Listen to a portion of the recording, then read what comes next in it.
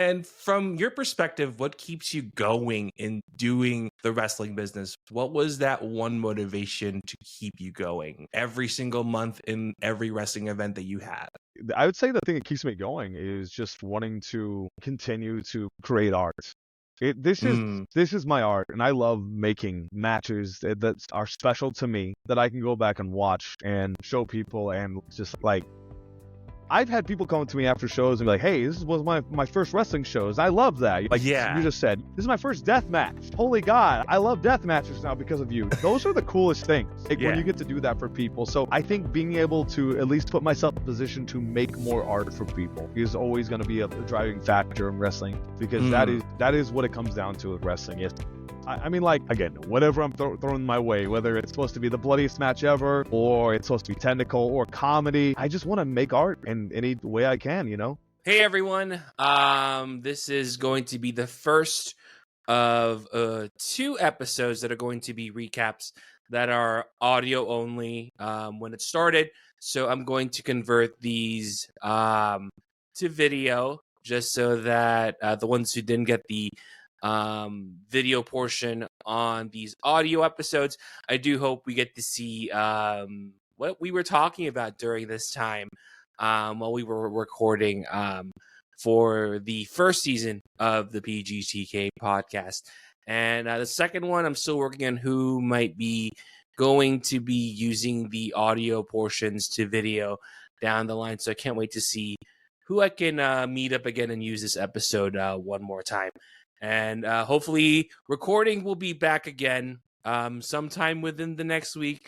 I'll keep you guys posted on socials to see where this recording is going to be. And this episode was recorded back in January 2024.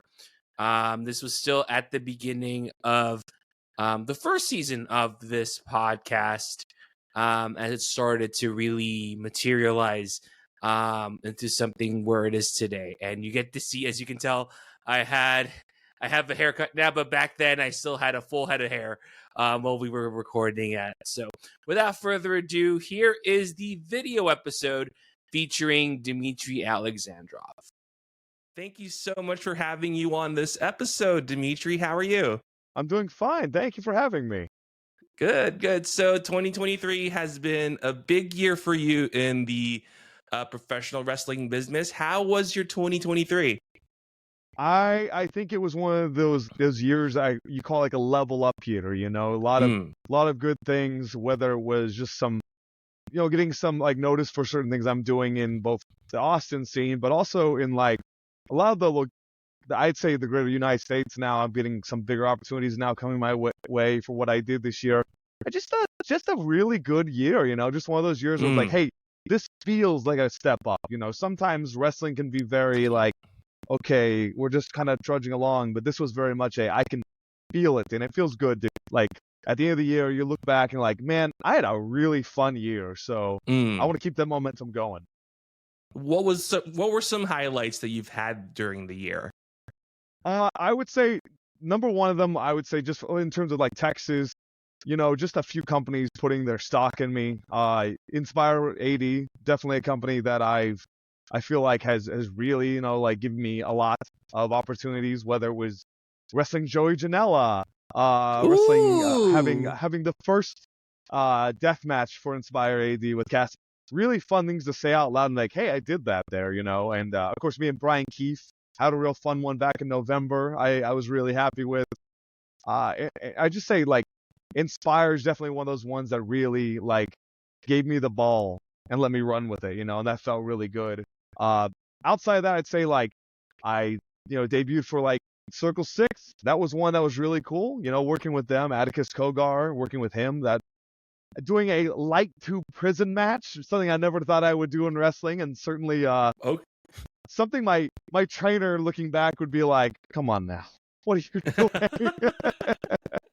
But you know, just things like that. Russell Rave and our company in Houston, they let me do a lot of really fun stuff with death matches here too. Just it felt like a good balance of both really fun technical matches, but also some real fun, crazy death matches. And what more can I say? It was a lot of fun. what's fascinating too, and with death matches, in your perspective, what makes a good death match or hardcore matches as you started to doing those yourself? One thing I've noticed is uh, a lot of people have a little stink with it sometimes, because it's sometimes like, okay, they're just gonna bash, bash. But more and more, I realize when you get into deathmatch, you look at the world and the landscape that it is, and you see that there are guys who are good wrestlers who happen to do death matches, and then there are guys who tend just to hit each other a lot with stuff, and it's kind of chaotic. And more, I have so much like this respect for those guys that are like, this guy's clearly a good wrestler, but he is doing this death match, and he's making it make the most sense, and it makes everything bigger without having to like. Maybe it is like it's a lot of blood, it's still bleeding, but at the same time, he's maximizing the emotion you can get out of it. The weight of it. It's not just like you're numb because you've seen glass break 1,000 times. It's like Yeah. you're feeling something for when that glass does finally break. You're building up to it, and then there it is, and you're just like, okay, this is storytelling, this is wrestling, this is what I love, and that's something I would say with deathmatch wrestling. I got to really sink into and notice more and more this year. I love that. Well, what's fascinating too, how do you prepare mentally when those matches happen? Because oftentimes, and I remember last year when Swerve faced like Hangman Page. From your Yeah. perspective, how do you prepare mentally to go before, during, and after a death match? So I love to make this concoction, I call it, Mm-hmm. and I take some like I guess it would be a non-stimulant like a pre-workout. It's meant to like get your blood flowing. I'll put that. I'll take like an energy drink and some water. I'll mix that into one thing. I'll shake that up. I'll drink that, and then I just like to listen to some really fun, intense music or soundtracks that I'm really into, and I just kind of like put myself in a mental state. And then it's like right before I go break curtain, I have this moment of, as I've been told, it looks like I'm just so. Everyone says like, "Oh, you're so friendly and stuff," and then you go break curtain, and then you're about to go kill someone, and it's like, I don't know. I don't know if That it's just escalated me. quickly. It's me getting out, like, oh, this good feeling I'm having, and then it's me like, okay, now it's time to make the person I'm wrestling bleed all over the place. So Yeah. it's kind of like you go really high of joy, and then it's like right down at that like dark place for a second. That's how I kind of prevent for that. Yeah. What were some songs that you would play with before a match? Like, what were some playlists that you had in mind? There is so I love Brody King's band. I don't know if you've Mm. heard that ever. God's Hate. They're a band that I really get into. It's just heavy music. My God, what is it called? The soundtrack to. Oh my God, someone's gonna shoot me now. I'm gonna go insane. What is that soundtrack now? Holy crap! I was listening. Hold on, I'm going to give me one moment. We're Spotifying for a second here. We're just Yeah, no, gonna I'm doing look at that what too. what. Hold on. Oh no, it's there's a guy on Spotify. His name's Leo. He does Mm. metal covers of literally every kind of song, Mm. and he has a playlist of just some of them are normally dance party songs, but they've turned metal. And I don't Ooh, know okay. why. All right. It's music that I could dance to, but in that moment, it sounds so intense that like it now gets the Oh. moment of like I want to run and also run through you. I don't know why. That's my weird little like juicy list. It's like some God's Hate and then dance music that has been turned into metal music. It's this weird little combination of two. Wow. I'm gonna find that. Sometimes it's also a little bit of like metal video game or anime covers too a little bit. It's just getting myself in that like kill mode, a little bit. Yeah. No, and it's Yeah. fascinating because I want to talk about with your hardcore match with Jeff Gant, like Yeah. those spots. What was that? What was an interesting spot that you've done in that match that Sunday? on Sunday itself, of course, getting a gusset plate in my head, I had to make it a little bit more than hardcore. Everyone always gets so worried when I put one of those in my head, and it just Mm. I, I think it maximizes the amount of blood I get, and that sounds a weird thing to say, but I think it adds an element when you get that kind of color. A fascinating thing about that match, Jeff Gant, me and him barely talked about it. Yeah. That match And was entirely on the fly. and when those on the Including the fly finish. moments happen, what's gonna be when those moments happen? Like, what was going through your mind when it does happen? Okay, the things go through my head. I'm being picked up and being thrown into something or something. Ow! And I hope that look good. Yeah, And it's like that reaction, oh, I hear that. That's what I want to hear. That's what I want to hear. I hear the crowd on things like that. Oh, they really hate Jeff here. That's good. That's good. You know, I really like, this is gonna sound strange. I love motivating my opponents in matches. mm, Like, I love, like, if something feels good or like I know it looked good. In that moment, sometimes I will verbally out loud say, awesome. That was good. And people have told me, it's like, you're really motivating to. I think that's a funny thing to say. I'm breaking kayfabe here, but like, I love being able to uplift people, or like, I think wrestling, some people panic, especially in matches that do have blood and violent spots, or in terms of like inspire apron bumps or bumps to the floor, things like that. People tend to like, oh my god, are you okay? I'm like, yeah, it's all good. I will make jokes sometimes to make yeah. people relax. Like, I will do impersonations of things, or like, hey, isn't that funny? Or like, or someone will kick me, and they'll kick me all hurt, but I'll make a funny sound effect because I think it loosens them up a little bit. It's Oh those man. moments of tension that helps out too, because like you don't want to leave someone. Because I was in that match too, and it's literally the old like movie trope of like I close my eyes with my hands, my peek just to make sure. Oh, I think he's good. I think he's good. All right, we're fine. So that match was kind of like that was actually like the first like death match I've had in a wrestling ring and in person. And Yeah. it's fascinating seeing like hardcore and death matches because it's very visceral. It's not Yes. a regular traditional match where No. it's not where it's not it's a 1-2-3 count, but there's actual like like actual brutality behind it. So it's Yes. just Yes. kind of fascinating. And what would you say is your favorite hardcore death match that you've wrestled with? That I've done myself. I think there's a handful that I was trying to talk about this the other day with a friend.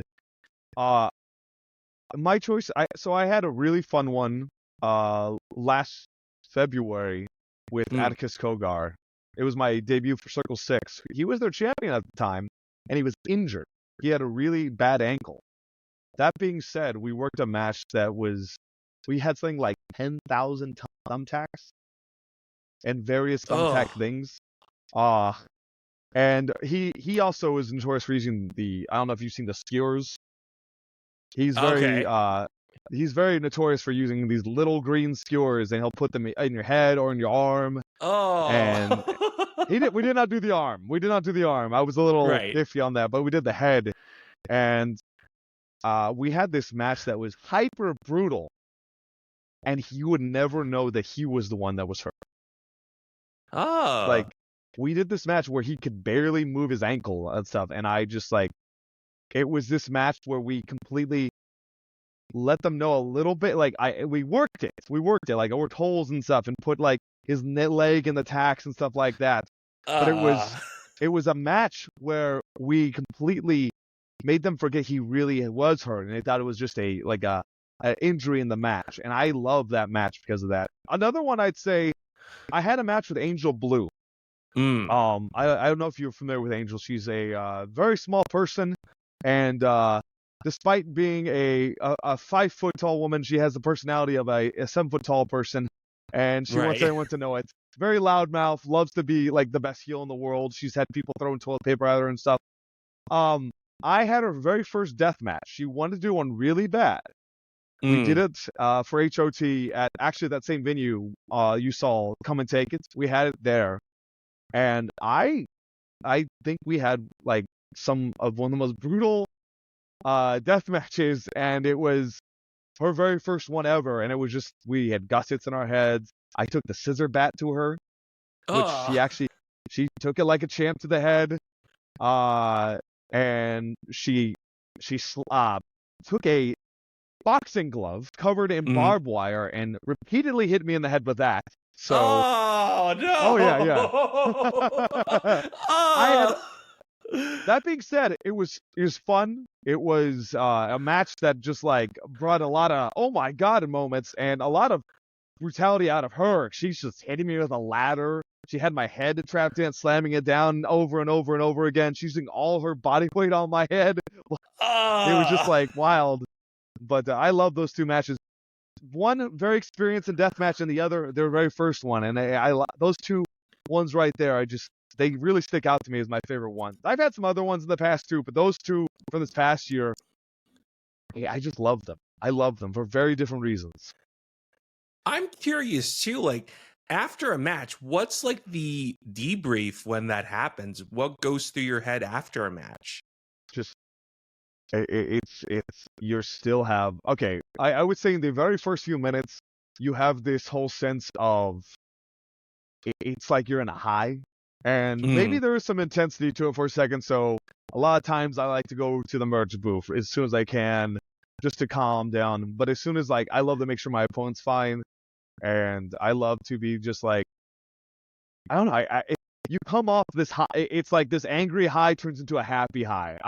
That Yeah. sounds so weird to say, but like, uh, you had all your intensity is usually left out there, and you go to the back, and you're like, I am the best me right now. That we did an awesome job out there, and we almost killed each other. It's like there's no scapegoat at that. It's like, yeah, whatever, let's just roll with it. Let's roll with the punches. Yeah. Yeah. And what's fascinating is the scissor bat. When did that ever happen? I think I have my bat. I have it right here. I have it over Nice. in y'all right there. So like how did that come about? So it was originally a weapon made by a guy named Bradley Mann. He actually is the announcer for HOT this past Sunday. He was the one. He's been doing that for them lately. He helps run a company known as Baracho Pro Wrestling now, which they do shows still in Austin. And he made it originally the first one. This is technically the blue one is the third one. So the very first one was made for the original, I would argue, deathmatch king of Texas, a guy named Ruben Steele, who I'm actually wearing his shirt. Weird enough. I love Ruben. That guy is the man. He had to retire because of neck injuries sustained actually from normal wrestling matches, not death matches. I'll get into that in a minute, but it's really sad. He originally used it a few times in matches, and then whenever I started doing a little more predominant stuff, Bradley made me one, and I was loving it and everything. And then a fan stole it, and then he made me this blue one, and I've just decided to make it a symbol of myself because I don't think anyone else has ever done the scissor bat. And I've seen scissor boards, which are terrifying, and all these other things in deathmatch wrestling, but never the bat. I like to say that's my own little like signature weapon, if you will. Yeah, it's kind of nice seeing some of those matches where the scissor bat gets involved, and Jeff, you and Jeff Gant's match too, when the scissor bat came out. It's a safe weapon, but it can be hazardous just because of the actual scissors. And it's kind of nice seeing like weapons like that, because otherwise, there's a promo that I watched a lot called Mystery Wrestling over in Gatineau, Quebec. They had a death match, but their death match was like it's ramen noodles on a door. And it's equivalent. It's an equivalent to like It's equivalent to like nails on the door, but it's ramen. Yeah. And of course, I mean, it doesn't hurt. That spot doesn't hurt, but it's interesting seeing that unique aspect in like Is it the shrimp kind? I wonder. That's a good question. Well, it's probably just top ramen, probably. Top ramen, yeah, I imagine. And also, we're going to talk about your time in Inspire. One match kind of made me a little bit surprised when you faced Danny Orion. What was the thought coming before the match, during, and after? And Danny won the entire thing. And what was going on through your head when that match happened? Damn, this little shit's really tough. Look at him.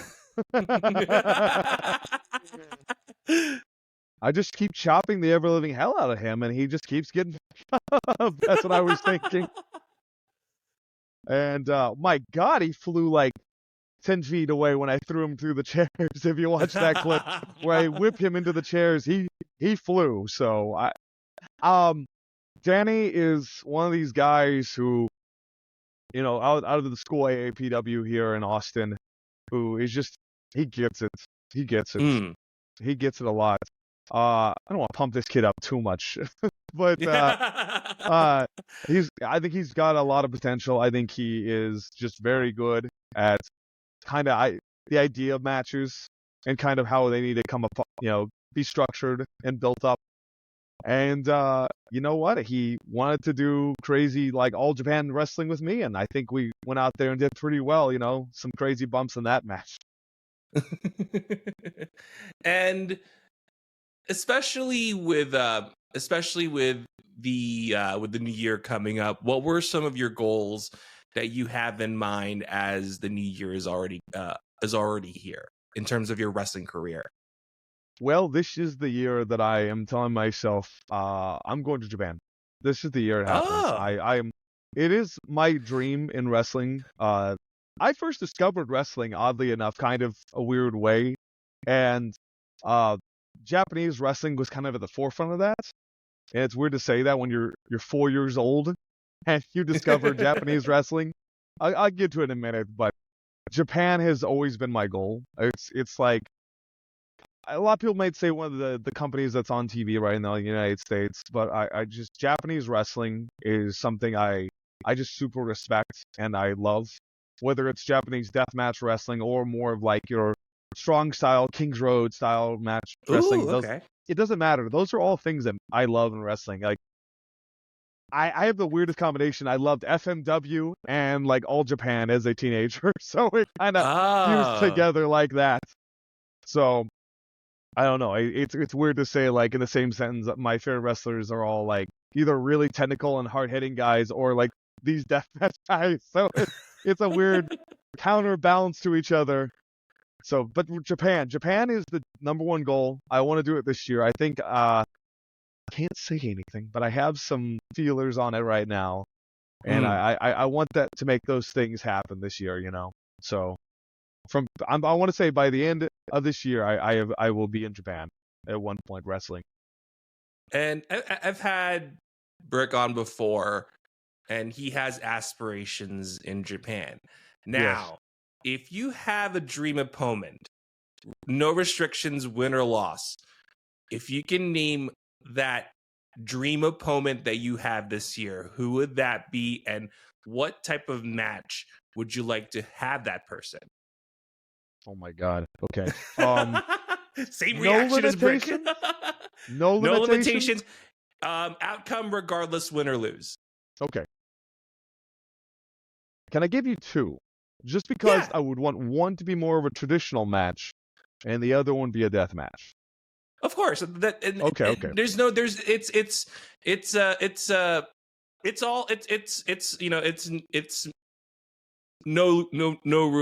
You know, it's the Outback rule. No rules, just right. No rules, just right. You just threw that Outback in there. Oh my God. I aim to please. I love that. It's awesome. The matches I would like to have this year. God. Okay. Dream opponents. Number one, dream opponent. I always tell people this. If there's any way I can make it happen, it's really hard. is Shingo Takagi. I think Shingo Oh. Takagi is the coolest wrestler in the world to watch wrestle. I Mm. I watch his matches. I would just want to do like a heavy Kings Road style New Japan All Japan match, Mm. and I would like to go at least 20 minutes with him. That's all, because I think he is so badass. I watch his matches and it makes me love wrestling. One of those guys. So I'd Yeah. say he's one, like my all time number one singles match opponent. And then for death matches, this is the hard one. There's a few. Okay, we're on no restrictions. We're just gonna go the big one. The big one. Yeah. It would be Jun Kasai. Uh, Wow. Okay, he that's a deep cut. That is a that deep cut. that's he's I think he's the greatest deathmatch wrestler in the last 20 to 25 years. I think he's insanely good. That guy is amazing. Also, I think he's underrated. Also, like I said, he's one of those guys that happens to be a deathmatch wrestler, but is actually a really good wrestler.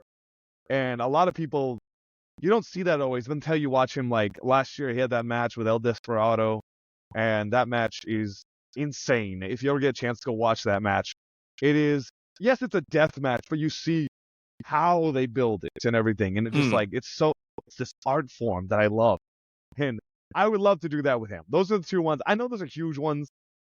If we're going realistic, I would like to. I'd like to wrestle against Kevin Koo. I don't know if you're familiar with Kevin. He's Yes, I've seen those in. I see them in Ring of Honor matches too. So yes, Kevin Koo's a guy I'd love to wrestle, and just an awesome like beat the shade char match. I think me and him would literally just come out of the match black and blue from just either hitting each other just super hard or what. That's the guy. That's the attainable one, I'd say, is Kevin Koo. That's the one. I want to wrestle him so bad. yeah, I find it fascinating with your ring persona and your ring gear and everything. There are some pieces of like Eastern European influences in your ring attire, ring character, and all of that. What were some of those influences that kind of make you, well, you? So when I first got into wrestling, obviously being a child of immigrants, everyone wants to always like, oh, you're Eastern European. Oh, let's give you this character, you know. And I literally to this day love to say, am I allowed to swear on this?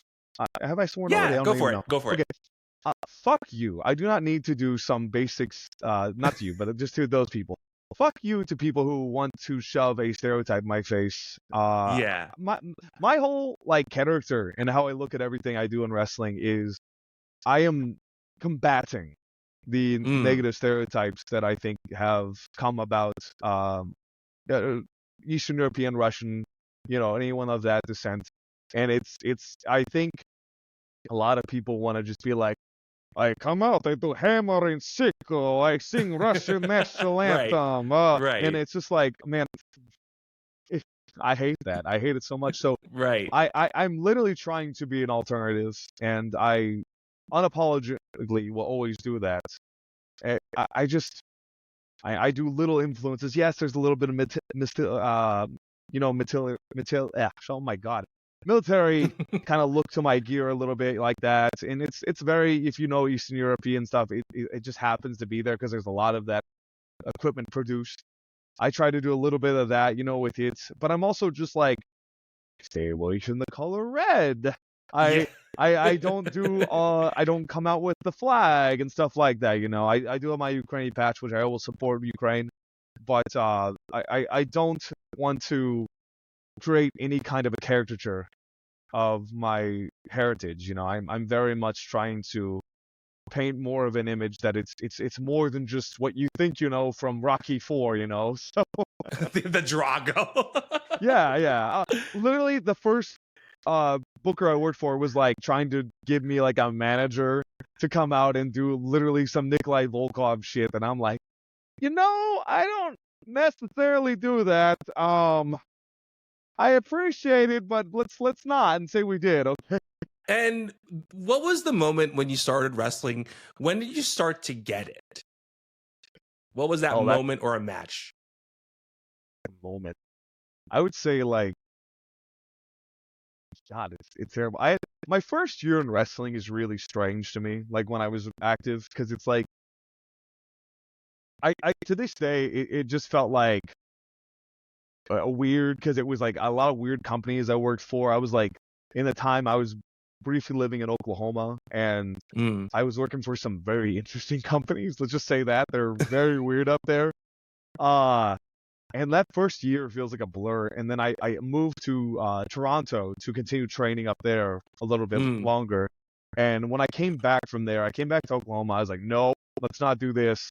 And then I started going to Texas. And I said, as soon as I started wrestling in Texas and then finally moving here, that is when I started getting it. Because it's like I was in there with people who I felt like were making me work harder and people who actually like helped me become a better wrestler. So I'd say as soon as I moved to Texas, I think it started all making sense in the world to me. And it wasn't just like, let's go to this weird carny show in Oklahoma where the hot dogs are gray and stuff like that they're selling to That's fans, you oddly know? specific. There's a moment I remember and it's just like, what the hell is it? Did they think that's edible for some? It doesn't matter. It doesn't matter. But yeah, I think like Texas made me like want to be better and also made me get better just because the opponents, the atmosphere, Texas wrestling, I think is slept on a lot, you know. It's a mecca too. And when I first started moving here, Yeah. I think the very first wrestling promotion I had was Inspire. And Yeah. Texas is kind of an interesting community where everyone knows everyone in the wrestling scene. And it's funny, let's say I would meet you in Inspire. The next thing you know, it's like, holy crap, you're in Heart of Texas on Sunday. So it's a very small world in the wrestling community, but it's unique on its own because there's no other state that has it, that has No. a really unique wrestling scene that I've come across. Because I grew up, long story short, I grew up on the East Coast and WWE was the biggest thing to have in that wrestling scene. But Texas on its own, on the independent side, it's very much unique. Yeah, yeah. It's very interesting because like a lot of other independent companies, you know, obviously a lot of independent wrestlers can drive 8 hours and they've passed through at least 2 or 3 states. There's people I know in here that drive 8 hours to go to a show still in Texas, starting in Texas, still going Yeah, to another show in Texas, whether it's someone comes down from the FW area, goes down to like Laredo or something like that. right. Or Gulf Coast, which is got it's like I don't know if you're familiar with the people over there at Experience Pro Wrestling. They made a map recently where people could add companies, and they figured out like, oh my God, there's like 30 active companies if you really look at it. Wow. Like all over Texas. Obviously, we can be like, oh, okay, Central Texas is Inspire and stuff here, but then you start looking around like, wait a second, there's so many companies near the border of Mexico. There's companies out east that we barely ever talk about. And it's like people talk about Houston, but there's stuff above Houston. There's stuff way out west, like mineral Yeah. wells and stuff like that. It's like, my God, the Texas scene is actually like huge if you look at it. And a lot of people would have these scenes spread out through states, not in one state like Yeah. this. So it's really strange to look at it like that. But it's still a big scene regardless. Like, Yeah. I would drive to reality on Mm. one day, and the next thing you know, this happened last year. It was reality on a Saturday, and the next thing I woke up, I drove to San Antonio for RCW, and I'm like, it's Mm. it's it's such a it's such a unique scene because you get to see people do their grind on the wrestling scene. They want to do their best because at the end of the day, this is what they love to do. Yeah. Yeah. This is this is my passion. This is my job. I love it. And I mean like I wouldn't change anything about it. You know, obviously I have bigger aspirations, but the drive, the passion for it, and it's all this. I think it's a beautiful thing, you know, and I love so many people are all out there grinding and trying to get better and better and trying to like build their stock and do more with it, you know, because they love wrestling, you know. So it's something I always like appreciate about the scene. I think everyone in Mm. Texas is always trying to really like go out there and do more. And from your perspective, what keeps you going in doing the wrestling business? What was that one motivation to keep you going every single month in every wrestling event that you had? Man, I would say the thing that keeps me going is just wanting to continue to create art. This is Mm, this is my art, and I love making like matches that are special to me that I can go back and watch and show people and like just like, hey, like I've had people come to me after shows and be like, hey, this was my first wrestling shows. I love that. Oh, this is, like yeah. you just said, this is my first death match. Holy God, I love death matches now because of you. Those are the coolest things. Like when Yeah. you get to do that for people. So I think being able to at least put myself in a position to make more art for people is always going to be a driving factor in wrestling. Yes, I have aspirations of wanting to go overseas and stuff like that and have those matches overseas. But like I think ultimately at the end of the day it comes down to me wanting to create art because Mm. that is what it comes down to with wrestling. Yes. I mean like again, whatever I'm throwing my way, whether it's supposed to be the bloodiest match ever or it's supposed to be technical or comedy, I just want to make art in any way I can. What would be that type of art that would what would be that Pablo Picasso moment for you? Oh my God. Uh, that is still, I'm pinned. Let's say that's pending. I need to know what is, like, I've had a few matches that I'm just like, that's my best match ever or something like that. But I'm like, I'm still trying to have that one that I can be like, nothing's gonna top this. Because I've had matches that are like, I call my best match ever, but I'm also like, I think I can do better than that. I can do better. Mm. I can do better. And I will pick apart my matches. As soon as I have access to it, I will just like, okay, this could have been better right there. That could have been better, better, better. And people are like, why are you so mean to yourself? I'm like, because I have to. I have to. Yeah. I have to. I have to find the imperfections and fix them. I have to.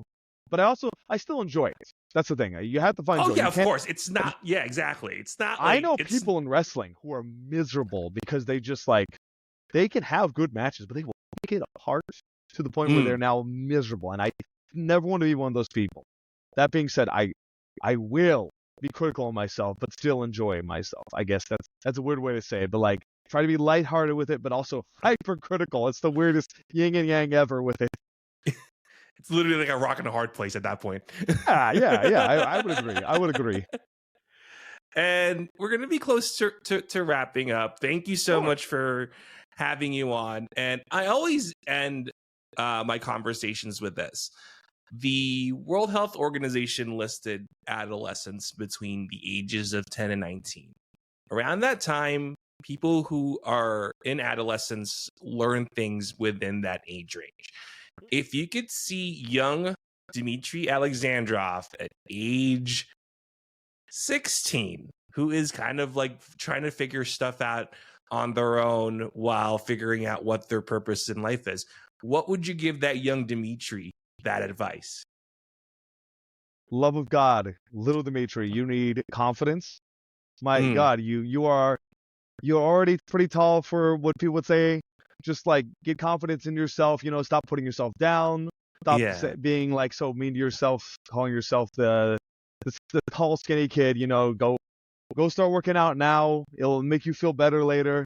And like just have faith in yourself because I feel like Mm, young me definitely. It took me a while to actually make the jump to do wrestling because of confidence issues. And I wish I could build myself up sooner so I would like have the confidence to jump into it because this is my dream job. This is what I truly have wanted to do, but I think it took years of just like getting over that hump of having no confidence growing up that I wish I could just like, hey, stop that. what were some obstacles when you were back then? Like what were some obstacles? What were some reservations from that 16-year-old Dimitri? I was I'm like right around 6'3". I was very skinny despite playing I played hockey for a lot of my year, but I was very skinny. I was Mm. like lanky. I definitely needed all those pads. Let's say that. Uh, I was probably about 150 pounds and also Wow. 6'3". So let's That paints an image. And let's say this real quick. My professional wrestling hero, if anyone ever asks, is actually Bryan Danielson. I Mm. met him at a show when I was 15, and he didn't have to, but he talked to me for like 15 minutes at a show. I was like, Wow. man, I'd love to be a professional wrestler, but I'm too small. And he's like looking up at me, and he's like, what is wrong with you? And he was like Yeah. really like juicing me up. He's like, go do this, do this. And I'm like, I wish I was such in a bad place I didn't jump into. Like right there, he was trying to motivate me. Like I was just saying to myself, he was literally trying to motivate me then. And I thought he was the coolest guy ever for that because he became my guy because of that. Right. Um, but like I just like had no confidence in myself. I had I just didn't see anything in myself for the longest time, and it's really sad to say that, uh, because like again, it hindered me chasing dreams of mine and wanting Mm. more out of life. And I was like, okay, I'm gonna go to college and get this degree that's kind of useless thing on the wall back there. But Right. Right. I mean, I got life experiences out of it, yes, but I at the same time,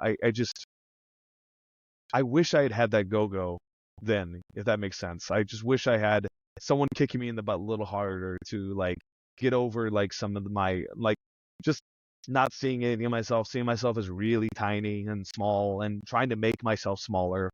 I wish those are things I could have just like pushed aside and just be like, no, I rock. I can do this. And not have an ego about it, obviously, but just try to like motivate myself in any way I can. I wish I could have done that. And what was the one Bryan Danielson match at the time that made you look up to him afterwards? Afterwards, my favorite match of all time is actually I got to go there for my graduation. I got to see his live Mm. in New York City. He wrestled against Takeshi Morishima. It was the end of their Wow. feud. It's a match called a Final Battle. All right, it's Final Battle 2008. It's the main event, no title involved. It's a fight without honor, so it's like a hardcore match. They don't use anything except a chain. That's the only weapon they use. That is my favorite match ever. It still is to this very day. I had to constantly go back like, is that still? Yes. I go watch things like that was so good. Wait, no, I have to go watch this and like, palate cleanse. No, that's still my favorite match ever. That match right there was just like I watched him. I got into Ring of Honor because of a DVD my brother gave me that was him and Mm. Liger wrestling each other, and that brought me like attention to my eyes with Ring of Honor. And then it's like I went to that show and met him. It's a show called Vendetta in Mm. 2005, and then I just followed his career after that. I was like this 15-year-old kid who's just like this is my go. This is it. This is my guy now. And I don't know. I've only met him that one time, and if I could meet him now, I would tell him probably with tears in my eyes, like, hey man, I want to say you're like the guy. Fanboy. That is the only guy I would fanboy over. I was really thinking about it. It's like, no, I think these are all cool. Like I love Mick Foley. I would be like, oh, that's so cool, but I wouldn't fanboy. I would probably be like in tears, and I would say like, dude, you didn't need to talk to me. And I understand that now, being a wrestler now, just going to shows. A lot of times you're in this go mode, and you have to like kind of. I'm trying to sell merch. I'm trying to say hi to people. I'm trying to do all stuff, and it's like chaotic. And he just went out of his way to be like, hey kid, stop being so mean to yourself. So I don't know. That still sticks out to me. I think it's a good character test. Okay, great. And I want to bring this Sure. one up too, especially when you're on the road constantly, and this year is going to Constantly. be that same scenario. How do you find your inner peace when you go on the road, when you go through these wrestling shows? What keeps that inner peace in mind when you do go into the road and going into those events? Oh, if I'm writing by myself, I I do find time to do some lighthearted meditation. I do find those times when I can. Sometimes I'll pull over and I will have a moment I'll pull over, just kind of have that time when I need to myself. Sometimes before shows, just because, especially if I'm driving very far, I think you get so anxious because you're like example, I've done trips to St. Louis from here to St. Louis Anarchy, and those are 15-hour trips.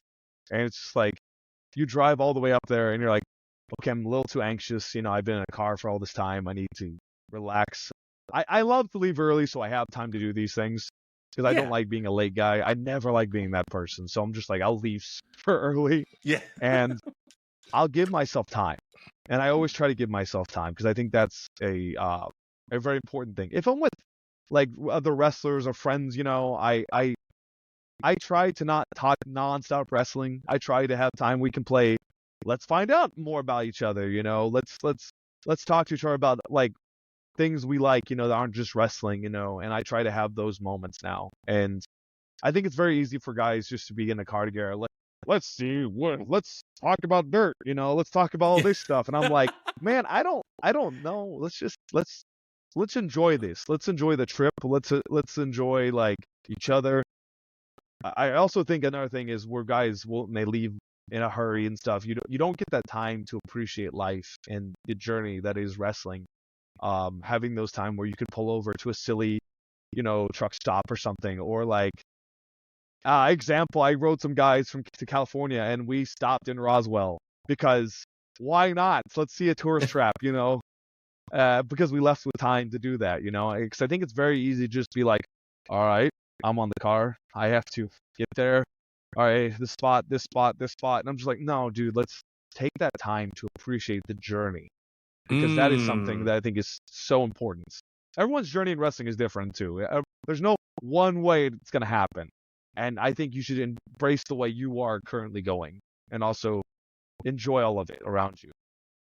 It's always the journey. It's not just as much as there is a destination, it's always the journey because oftentimes that's how you figure out life that way. Because otherwise, if it's the end, there's nothing really to look back. And it's like, oh, that's it? Cool. But going on the road and just figuring out, finding that balance and everything. Because that's what always matters at the end of the day is just the journey. Because once you're there, it's like, wow, I can't believe it's happening. It's the Michael Scott, oh my God, okay, it's happening scenario where a fire alarm goes up, everyone runs away.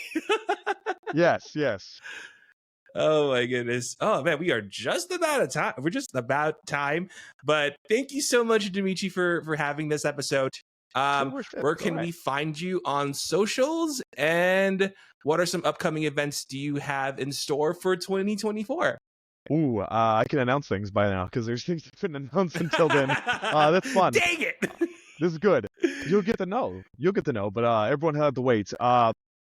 Okay, so you can find me on Instagram at Dimitri_Alexandrov. I have a Facebook. You can add me on there. That's fine. I add everyone on Twitter, or sorry, X. I know X. Yeah, I forgot about that. Good. You can put me on X. It's Dimitri Killbear. It's just a fun thing. Of course, I have a big cartel. I'm always selling merch and stuff. I have pro wrestling tees, but I barely use it. I'll be honest with you. I have more up-to-date merch though on my own big cartel. So, and I ship all those out personally, mail them myself. So that's something always good. It's come from that as opposed to the other big things. Upcoming matches. You don't know about this, but I've wrestled Schlack already in a death match on January 27th. I'm sorry, it hasn't happened. I think in the next few days they're gonna announce. A few days after this comes out, me and Luchador Insane will be wrestling against Los Mazaros. So that's Sinclape and Miro Extremo. We'll be wrestling them in a deathmatch tag match in Baracho Pro Wrestling on the 4th. That's gonna get announced. That's gonna be in Austin, Texas. So if you want to see some crazy death match, even crazier, you could go to that one. Upcoming things, of course. Let's see. Now we're in February. I'll be wrestling Satu Jin at Wrestle Rave for my Wrestle Rave Deathmatch Championship. So I'm really excited for that one. Always wanted to wrestle him. And by now they've announced, of course, the Inspire vs. New Texas show. I'll be at that show. I can't tell you what I'm doing just yet, but I will be at that show representing Inspire. So, and that's going to be. Yes, that's at the end of the month. I believe that's. I'm gonna kill myself. How is it? What day is that? Yeah, I'm checking that right now. It is February 25th. That will be February 25th. So it'll be the end of February. We're Battle Rollers with Inspire and New Texas. So that's going to be a fun one. And I mentioned this on another on another episode with Don that the logo is hype enough already. I mean, Yes. it's literally a one is a bear, one is a shark. I mean, dear Lord. I mean, they're also kind of like robotic, almost mecha kaijus too. So I'm just like, good God. It's like I already got my tickets, so we're all set on that front. Good, so. good.